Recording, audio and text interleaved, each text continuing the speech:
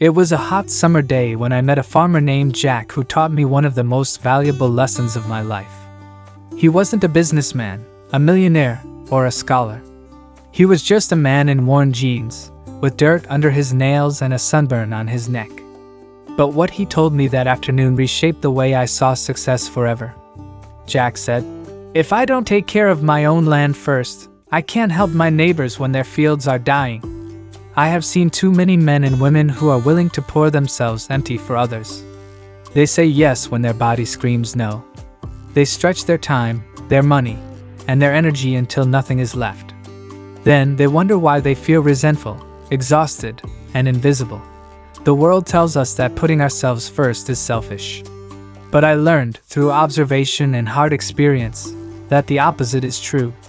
Neglecting your own needs doesn't make you noble. It makes you ineffective. Jack's little farm was a perfect example. He showed me his tools, sharp, clean, and well kept. He kept his barn stocked and his soil rich. Only then, he said, can I go help Bill next door or lend my plow to Pete down the road. If my farm falls apart, I've got nothing to offer. The same truth applies to your life.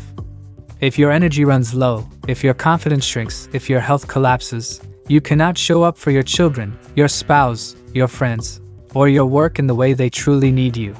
When you put yourself first, you are not turning your back on others. You are building the strength to stand for them. You are charging your batteries so you can keep the lights on, not just for yourself, but for everyone who counts on you. The tired mother I once knew, a young woman, let's call her Sarah, who was admired by everyone in her town. She worked extra hours at her job to cover for lazy coworkers. She stayed up late helping friends move, drove relatives to appointments, and lent money she couldn't afford to lose. To the outside world, Sarah was kindness itself. But inside, she was running on fumes. She was tired, short-tempered, and unhappy. She had no time for her own dreams, no energy for her own health, and no peace in her own home. Finally, exhaustion forced her to make a change. She began to set boundaries. She stopped saying yes to every request. She carved out time for exercise, reading, and thinking about her future. People whispered that she had become selfish. But over time, something surprising happened. Sarah's work improved. Her laughter came back. Her relationships deepened.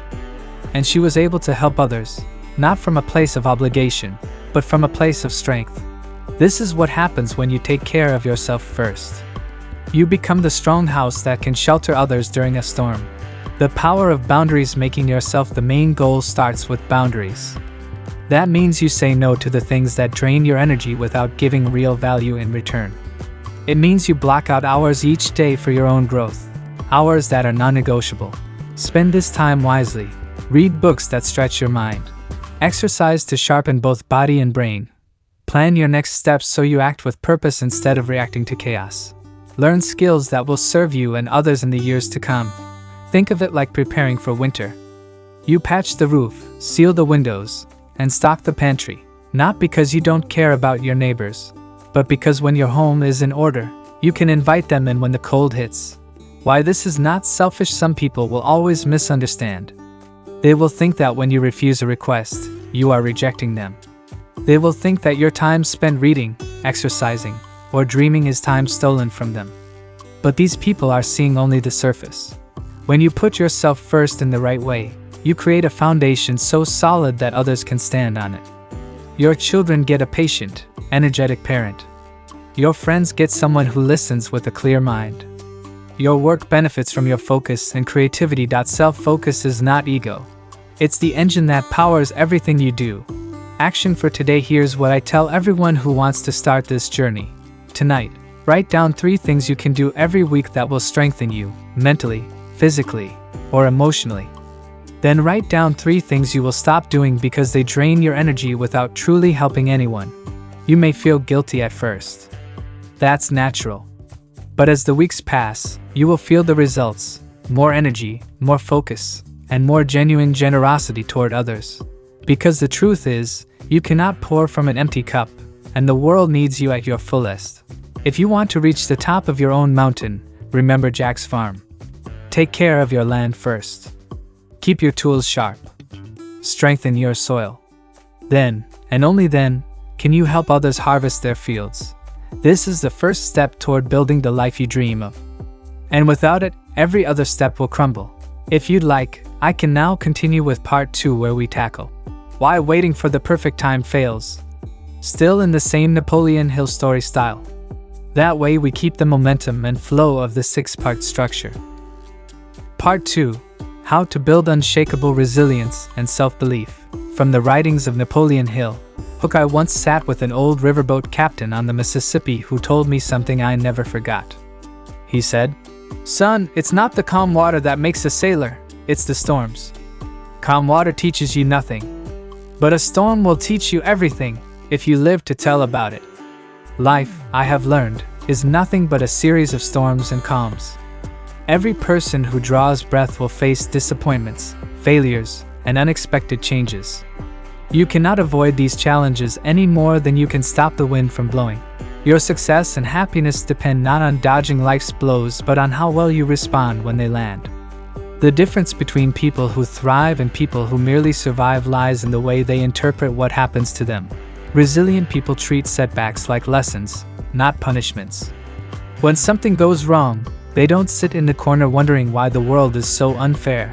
They start asking, what can I learn from this? Where is this pushing me? What strength am I discovering in myself right now? This kind of thinking does not arrive overnight. It must be trained into you the way a blacksmith hammers steel into shape. Resilience in action. I knew a man named Walter who had worked at the same company for 15 years. He was loyal, steady, and thought his job would carry him to retirement. Then one Friday afternoon, without warning, they let him go. At first, Walter was crushed. He had a mortgage, 2 kids in school, and no backup plan. But after a few days of licking his wounds, he decided to look at his situation differently. Instead of calling himself a victim, he treated the loss like an opportunity. He'd always dreamed of working in the outdoor gear industry, so he began researching, talking to people, and learning new skills. Within 6 months, he had started a small outfitter business, one that not only replaced his old income but gave him joy every single day. Walter's bounce back wasn't luck. It was the result of years of practicing optimism, solving problems instead of avoiding them, and viewing setbacks as doorways instead of dead ends. The muscle you can't see. Resilience is like a muscle. When you lift weights, the stress causes tiny tears in your muscles. Then, during rest, your body repairs those tears, making the muscle stronger. Challenges work the same way. They tear at your confidence, your plans, even your heart. But with the right recovery, reflection, learning, and action, you grow stronger than before. The more often you practice this, the faster you bounce back. The company you keep. Resilience isn't built in isolation. You need people around you who lift you up, not drag you down. Spend time with those who have weathered their own storms and come out wiser. Listen to their stories, learn their strategies, and notice how they speak about problems. Avoid those who encourage you to complain without seeking solutions. Victim thinking is contagious, and you can't afford to catch it. Self-belief over approval. There's another truth I've learned. Self-belief will take you further than anyone else's approval. I've met countless people who postpone their dreams until someone gives them permission to start. They wait for a boss to recognize their talent, for friends to cheer them on, or for family to finally understand. But sometimes that approval never comes. And even if it does, it often arrives too late to matter. Most people are too caught up in their own struggles to hand out encouragement like candy. Even those who love you might not understand your vision. Some may even fear that your success will change the balance of their relationship with you. The artist who waited too long knew a woman named Clara, a gifted painter. She showed her work to her family, hoping for praise. Instead, they told her to find something more practical. Hurt and discouraged, Clara set her brushes aside and worked dull office jobs for years. Then one day, she realized she had been living inside other people's narrow definition of success. She picked up her brushes again, not for their approval, but for her own joy. Within a year, a local gallery featured her paintings. Her success came because she stopped waiting for permission and gave it to herself. Self-belief is the fuel that powers you through criticism, doubt, and the long road between starting and succeeding. Without it, every setback feels like proof the doubters were right. With it, every obstacle becomes just another puzzle to solve. How to build real self-belief. Positive thinking alone won't cut it. You need proof. Proof you create for yourself. Keep small promises to yourself. If you say you'll walk for 20 minutes, do it. If you promise to write 1 page, write it. Each kept promise strengthens your trust in yourself. Celebrate small wins. Don't brush them off. Every project finished, every skill learned, every obstacle overcome deserves recognition. Fill your mind with possibility. Read stories of people who started with less than you and achieved more than you thought possible. Let their victories expand your sense of what's achievable. The power of small steps. Most people try to overhaul their entire life in one dramatic push, changing diet, habits, work, and relationships all at once. It rarely works. Why? Because sudden, massive change triggers your mind's survival instinct. Your brain sees it as danger and fights to pull you back to the familiar. The truth is, lasting change is like carving a canyon. It happens through steady, persistent action over time. A river doesn't shape rock in one mighty flood, but through millions of small, consistent flows. The 1% rule: focus on improving just 1% each day. 1 extra page read. 1 healthier meal. 1 more sales call. It feels small, but the effects are enormous. Mathematically, a 1% improvement each day for a year makes you nearly 40 times better than when you started. That's the magic of compounding. Tiny wins stacking up into massive transformation. Your takeaway for today: start small. Keep your promises. Surround yourself with strength, not weakness. And remember, storms don't destroy true sailors. They make them. So when life's next storm comes, don't curse it. Steer into it, learn from it, and come out stronger. Because the only way to become unshakable is to be shaken and still stand. If you want, I can now move on to part 3, where we take this foundation of resilience and self-belief and dive into why clarity of purpose is the steering wheel for success. That will keep the 6-part flow tight and compelling. Part 3, Small Steps, Big Wins. It's human nature to dream big. We imagine the book finished, the business thriving, the body transformed. But those same dreams can crush us if we try to leap from where we are to where we want to be in one impossible jump. The truth? Big dreams are built with small bricks. I learned this lesson from a man named David, who wanted to get in shape. Every January, without fail, he would sign up for the best gym in town, buy new workout clothes, and start with an intense plan. 2 hours a day, 6 days a week. He'd cut sugar, skip bread, and load his fridge with vegetables. For about 3 weeks, he was unstoppable. Then his body ached, his schedule fell apart, and one missed day turned into a missed week. By February, he'd stopped altogether. And each time, he felt worse than before, convinced he just didn't have the willpower. 1 year, he tried something different. He set the tiniest goal imaginable: 15 minutes of exercise a day. No gym. No special diet. Just a short workout at home. And instead of cutting all his bad habits at once, he made one small change each week. First, he replaced soda with water. The next week, he added vegetables to every meal. Later, he trimmed his portion sizes. It didn't feel heroic. In fact, it almost felt too easy. But that was the beauty of it. He didn't burn out. A year later, David was leaner, stronger, and healthier than he had ever been. More importantly, the habits stuck because they fit into his life instead of crashing through it like a wrecking ball. That's the hidden power of small steps. They don't just move you forward, they teach your mind a new identity. Every time you follow through, even on the smallest task, you prove to yourself that you are a person who keeps promises. And that identity will carry you into bigger victories. How to break goals into small wins. If your dream is to write a book, don't try to finish a chapter in one sitting.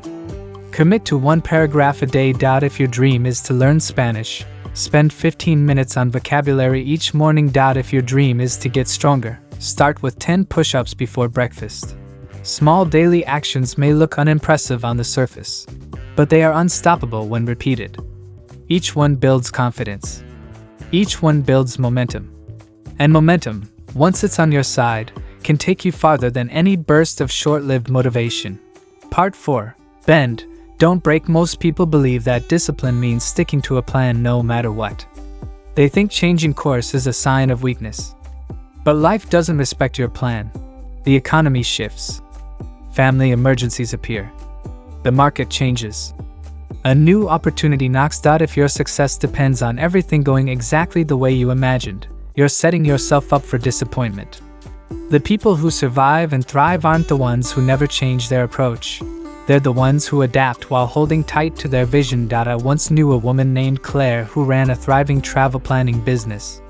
She loved designing trips for families, arranging tours, and helping people make memories. Then an economic downturn hit, and overnight, her clients disappeared. Most people would have shut the doors and looked for a job. But Claire asked herself, "What skills do I have that still have value?" She realized she was an expert at organizing events and coordinating with vendors. So she shifted her focus to corporate retreats, weddings, and community celebrations. Within months, she was busier than before and making more money. The crisis that destroyed her travel business had actually opened a more stable and profitable path. Adaptability doesn't mean abandoning your dreams. It means changing the route when the road is blocked. A river doesn't stop flowing when it meets a rock. It finds a way around. Your method versus your mission. Your mission is your core reason for doing something. Your method is how you do it. The method should be flexible. The mission should be unshakable. When obstacles appear, don't ask, "How do I keep doing this the same way?" Ask, "What's another way to reach the same goal?" Every setback carries information. What's not working, where you need more skill, or where the real opportunity lies. People who succeed treat obstacles like puzzles, not brick walls. Part 5. Keep learning.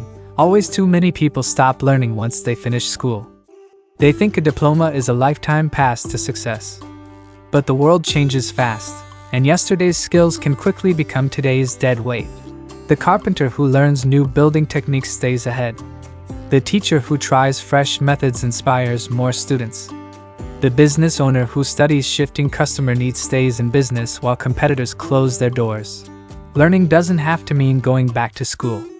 It can be as simple as reading for 30 minutes a day, listening to experts in your field, taking a workshop, or practicing a new skill on weekends. I once met a man in his 50s who'd worked in sales for decades.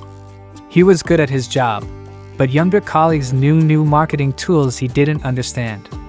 Instead of giving up, he spent his evenings learning these tools, practicing them, and blending them with his experience. Within 2 years, he had doubled his income and was more in demand than ever. The best never stop being students. Part 6. Mindset makes the difference. Some people are born into wealth. Others face hardships from day one. But it's not circumstances that decide success. It's mindset. Point 2. People can face the same challenge and respond in completely different ways. One sees it as proof they should quit. The other sees it as feedback for how to do better next time. A growth mindset doesn't deny problems. It treats them as stepping stones. It asks, "What can I learn?" instead of, "Why me?" It looks for possibilities instead of dwelling on limitations. I once knew a woman who failed her driving test 3 times. Most people would have given up. She didn't. She studied her mistakes, practiced harder, and took the test again, passing with ease on the 4th try. Every challenge can be a teacher, but only if your mind is willing to learn.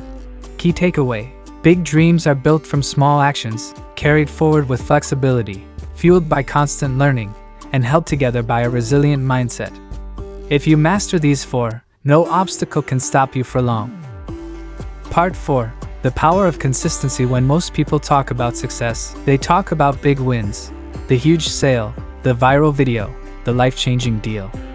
But if you look closer at anyone who's truly achieved something lasting, you'll see a different story. It's not the one lucky break. It's not a single burst of inspiration. It's the slow, steady grind of doing the right things over and over again, long after the excitement wears off. The morning coffee rule. Years ago, I met a small-town baker named Tom.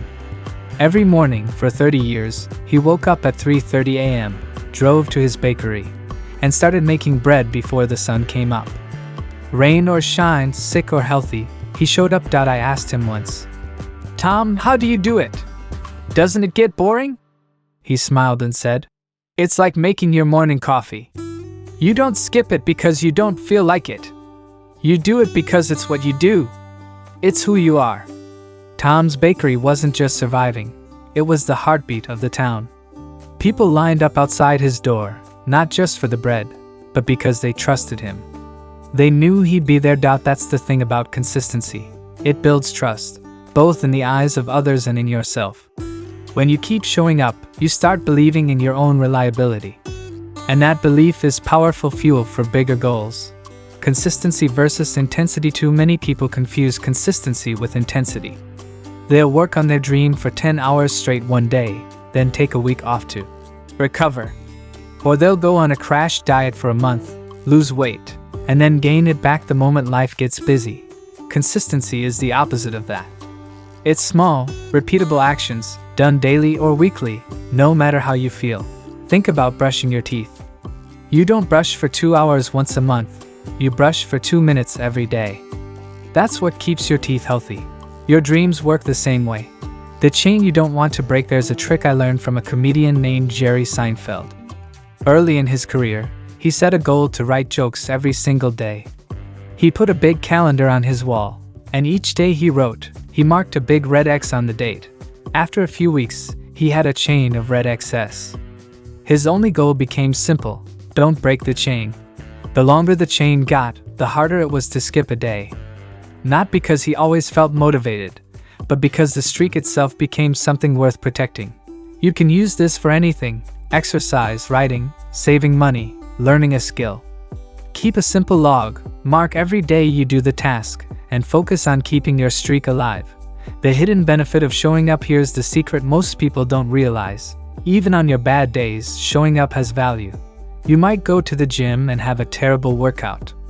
You might sit down to write and produce a page of nonsense. You might make sales calls and get nothing but rejection. But the act of showing up keeps the habit alive. And that habit is what will carry you through the good and bad days alike. In fact, many breakthroughs happen right after a long stretch of bad days. The discipline you build during the slump is what makes the wins possible. How to build consistency without burning out. 1. Start small. Pick an action so small it's almost impossible to skip. 5 push-ups. 1 paragraph. 10 minutes of reading. 2. Schedule it. If you leave it to chance, it won't happen. Put it on your calendar like an appointment. 3. Track it. Use a notebook, app, or wall calendar. Seeing your progress is motivating. 4. Forgive slip-ups, but get back fast. Missing once won't ruin you. Missing twice is the start of a new habit, the habit of quitting. 5. Tie it to your identity. Don't just go for a run. Be a runner. Don't just write. Be a writer. The stronger your identity, the easier it is to keep acting in line with it. Consistency builds compound results. There's a principle in finance called compound interest. When your money earns interest, and then that interest earns interest, the growth becomes exponential. Consistency works the same way in every area of life. Small daily actions stack up. Skills sharpen. Networks grow. Knowledge deepens. A guitar player who practices 15 minutes a day for a year will be far ahead of someone who plays for 2 hours once a month. A business owner who calls one new potential client every day will outpace someone who makes 50 calls one frantic week and then nothing for months. It's not about how much you do in one sitting. It's about how much you do over time. When it feels pointless, the hardest part of consistency is when you don't see results yet. You've been running for weeks, but the scale won't move. You've been posting online for months, but no one's paying attention. This is where most people quit, right before the results start showing. Think of bamboo. For the first few years, it barely grows above the ground, even though it's building a massive root system beneath the surface. Then, when it's ready, it shoots up several feet in just weeks. Your work is like that. You may not see it yet, but every small action is building the foundation for something that will suddenly take off. The rule of unshakable days. You live by one simple rule: never miss 2 days in a row. 1 missed day is just life. 2 missed days is a warning. 3 missed days is the start of a downward spiral. This rule has saved me in writing, exercise, saving money, even keeping in touch with friends. It keeps the habit alive while still allowing for real-life interruptions. Consistency outlasts motivation. Motivation is like a spark. It gets you started, but it fades quickly. Consistency is the wood that keeps the fire burning. If you rely on motivation, you'll stop the moment you don't feel like it. If you rely on consistency, you'll keep going regardless of feelings. And over time, your results will become your new motivation. Key takeaway: big wins are rare. Habits are daily. If you want lasting success, stop chasing intense bursts and start building a steady rhythm. Show up every day, no matter how small the action, and protect your streak like it's gold. The results may come slowly, but when they arrive, they'll be unstoppable.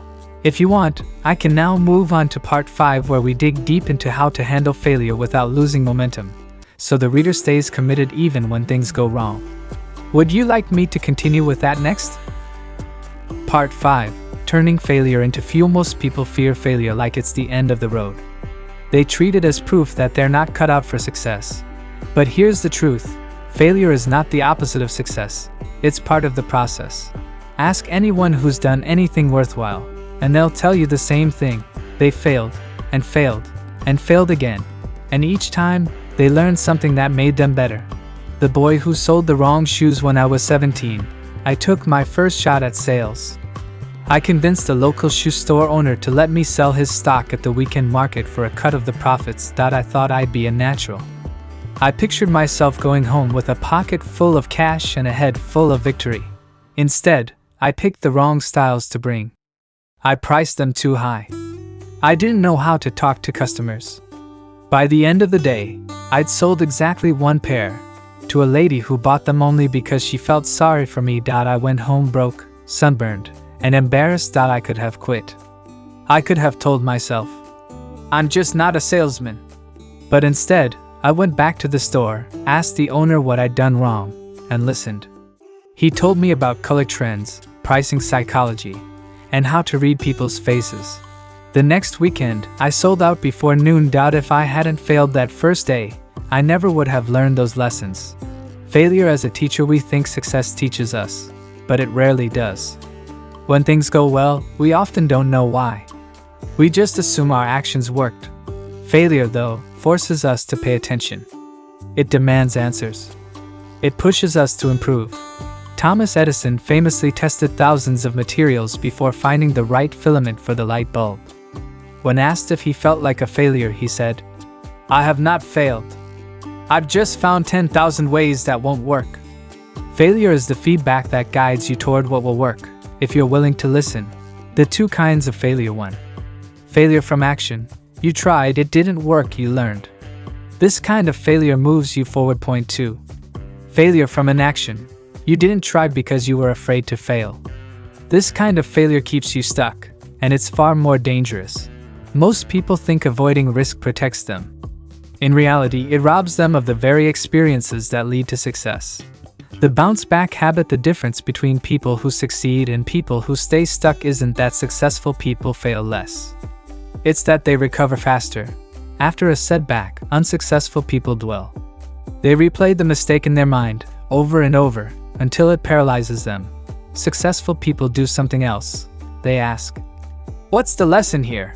Then they take that lesson and get back in the game as soon as possible. How to turn failure into fuel. 1. Expect it. If you know it's coming, you won't be shocked when it happens. Every attempt is an experiment. Point 2. Own it. Don't blame the economy, your competition, or bad luck. Take responsibility. It's the only way to have control over the outcome next time. Point 3. Extract the lesson. Ask yourself, what went wrong? What can I change? Write it down. Point 4. Adjust your approach. Don't just try the same thing again and hope for a better result. Use your new knowledge. Point 5. Keep moving. Momentum is easier to maintain than to restart. The longer you wait, the harder it gets. The Michael Jordan lesson. Michael Jordan, one of the greatest basketball players in history, once said, I've missed more than 9,000 shots in my career. I've lost almost 300 games. 26 times, I've been trusted to take the game-winning shot and missed. I've failed over and over and over again in my life. And that is why I succeed. The public remembers his victories, but his victories were built on a mountain of missed shots. If you're waiting to act until you're sure you won't fail, you'll never act at all. When failure feels personal, the hardest failures aren't the ones that cost you money. They're the ones that bruise your ego. Maybe you launched a product and no one bought it. Maybe you posted your art online and got silence. Maybe you asked someone out and they said no. It stings because it feels like you were rejected, not just your effort. But here's the truth. People aren't judging you as harshly as you think. Most are too busy thinking about their own lives. The world moves on faster than your pride wants to admit. And that means you're free to try again, without the weight of everyone watching, because most of them aren't. Fail small to win big. One of the best strategies I've learned is to fail on a small scale first. Test your ideas cheaply and quickly before going all in. Want to start a restaurant? First, cook for a dozen friends and get their feedback. Want to launch an online business? Sell a small batch before building a full store. Small failures hurt less, but they still teach you everything you need to know for bigger wins. The bricklayer's story. There's an old story about a bricklayer who worked on a massive cathedral. Day after day, he laid bricks in the scorching sun, the freezing rain, and the bitter wind. One day, a traveler asked him, "Aren't you tired of just laying bricks?" The bricklayer smiled and said, "I'm not just laying bricks. I'm building a cathedral. Every failed attempt you make is just another brick. You might not see the whole cathedral yet, but each lesson is part of its walls. One day, you'll step back and realize those failures were the very foundation of your success." Failure is a sign you're in the game. The only people who never fail are the ones who never tried. If you're failing, it means you're playing. It means you're on the field while others are just watching from the stands. And the longer you stay in the game, the more chances you give yourself to win. Key takeaway: failure is not the enemy, it's the proof you're moving. Treat every setback as a lesson, adjust your approach, and keep going. The faster you bounce back, the faster you'll find the path that works. If you like, I can roll straight into part 6, where we focus on building the right environment and circle of people so your growth doesn't happen in isolation. That's where the momentum truly multiplies. Part 6. Your circle shapes your climb. You can be motivated, disciplined, and full of big dreams. But if you surround yourself with the wrong people, you'll be climbing the mountain with a backpack full of bricks. Your environment is either pulling you up or quietly pulling you down. The farmer's 2 seeds. A farmer once planted 2 seeds in the same field. One seed grew near a patch of strong, healthy crops. Its neighbors shielded it from the wind, shared their water, and kept pests away. It grew tall and strong. The other seed landed near weeds. The weeds stole its sunlight, drank its water, and choked its roots. No matter how good the soil or the seed's potential, it never stood a chance. You're the seed. Your circle is the field. The hidden influence around you. We like to think we make our own choices, but we absorb the habits, beliefs, and energy of the people we're around most. If your friends complain more than they act, you'll find yourself complaining too. If your colleagues settle for good enough, you'll lower your own standards without realizing it. If your family constantly warns you not to take risks, you'll start doubting your bold ideas. The people around you either normalize excuses or normalize excellence. My wake-up moment years ago. I worked in a small office with good people, but not ambitious ones. Every Monday, the conversation was about TV shows. Every Friday, the talk was about escaping work for the weekend. Nobody was chasing anything bigger. After 2 years, I realized something terrifying. I had stopped chasing anything bigger too. It wasn't that I'd lost my drive, it's that I'd surrounded myself with people who didn't have any. When I finally started spending time with entrepreneurs and big thinkers, it felt like waking up from a nap I didn't know I'd taken. Their energy, their goals, their refusal to settle, it was contagious. The 5 people rule. Motivational speaker Jim Rohn said, "You are the average of the 5 people you spend the most time with."